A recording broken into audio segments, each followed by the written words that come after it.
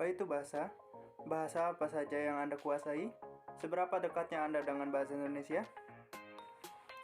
Bahasa adalah sistem lambang bunyi yang arbitrer yang digunakan oleh para anggota kelompok sosial untuk bekerja sama, berkomunikasi, dan mengidentifikasi diri.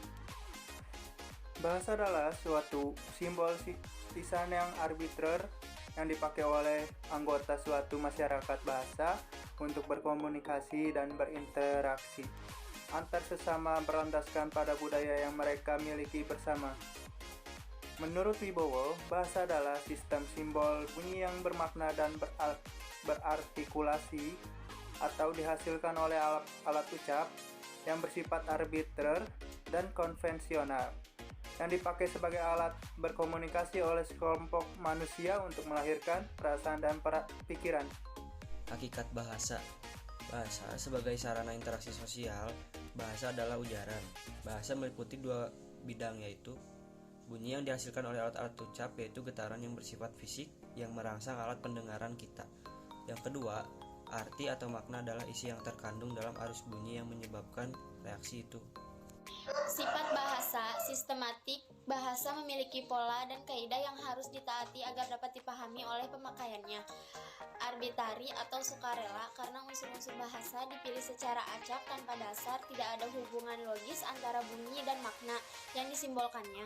Pilihan suatu kata disebut kursi, meja, guru, murid, dan lain-lain ditentukan bukan atas dasar kriteria atau standar tertentu, melainkan secara mana suka.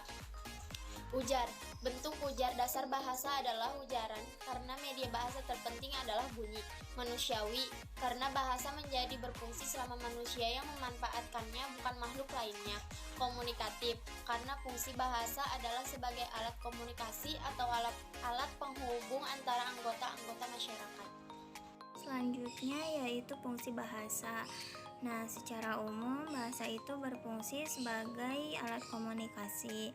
Adapun fungsi bahasa secara rincinya yaitu yang pertama, fungsi bahasa dalam kebudayaan. Antara lain sebagai sarana perkembangan, sebagai jalur penerus, dan sebagai inventaris ciri-ciri kebudayaan. Yang kedua yaitu fungsi bahasa dalam kemasyarakatan. Berdasarkan ruang lingkup, ada bahasa nasional dan bahasa kelompok, dan berdasarkan bidang pemakaiannya ada bahasa resmi dan ada bahasa tidak resmi. Dan ada pula fungsi bahasa dalam pendidikan. Yang pertama yaitu fungsi integratif, yang kedua fungsi instrumental, yang ketiga fungsi kultural, dan yang terakhir yaitu fungsi penalaran. Perkembangan bahasa Indonesia. Sumber bahasa Indonesia. Bahasa Indonesia tumbuh dan berkembang dari bahasa Melayu. Bahasa Melayu sudah menjadi lingua panca di Kepulauan Nusantara dan Asia Tenggara. Kapan sih bahasa Indonesia lahir? Pada pernyataan Sumpah Pemuda, yaitu kami putra dan putri Indonesia mengaku bertumpah darah satu tanah air Indonesia, kami putra dan putri Indonesia mengaku berbangsa satu bangsa Indonesia, dan kami putra dan putri Indonesia menjunjung bahasa persatuan bahasa Indonesia. Jadi bahasa Indonesia lahir bersamaan dengan Sumpah Pemuda, yaitu 28 Oktober 1928.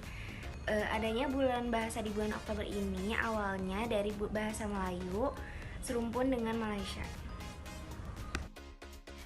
Selanjutnya ada kedudukan bahasa Indonesia. Pada beberapa dan pasal berapa dalam Undang-Undang 1945, bahasa Indonesia dikukuhkan dan bagaimana bunyinya? Bahasa Indonesia sebagai bahasa resmi.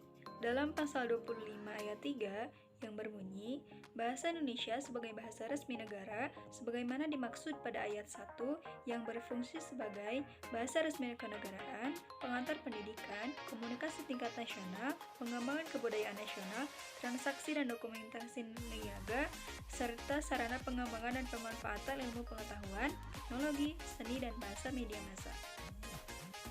Penggunaan bahasa Indonesia tulis. Pasal 31 ayat 1 bahasa Indonesia wajib digunakan dalam nota kesepahaman atau perjanjian yang melibatkan lembaga negara, instansi pemerintahan Republik Indonesia, lembaga swasta Indonesia, atau perseorangan warga negara Indonesia. Ayat 2, nota kesepahaman atau perjanjian sebagaimana dimaksud pada ayat 1 yang melibatkan pihak asing ditulis juga dalam bahasa nasional pihak asing tersebut dan atau bahasa Inggris. Fungsi bahasa Indonesia berdasarkan kedudukannya. Bahasa Indonesia sebagai bahasa nasional berfungsi sebagai 1. Lambang kebanggaan nasional, yang kedua lambang identitas nasional, yang ketiga alat pemersatu berbagai masyarakat yang berbeda latar sosial, budaya, dan bahasa. Yang keempat, alat penghubungan antar budaya dan antar daerah. Bahasa Indonesia sebagai bahasa negara berfungsi sebagai yang pertama bahasa resmi kenegaraan, 2. bahasa pengantar lembaga pendidikan, yang ketiga bahasa resmi dalam perhubungan tingkat nasional untuk pembangunan dan pemerintahan, yang keempat bahasa resmi dalam pengembangan kebudayaan sosial dan ilmu teknologi. Fungsi lain bahasa secara umum. Fungsi umum bahasa yaitu sebagai alat komunikasi manusia. Fungsi khususnya sesuai tujuan fanatik, konotif, emotif, kultural, politis, edukatif, mengatur diri, mengatur orang lain, interaksi, adaptasi sosial, dan sebagainya.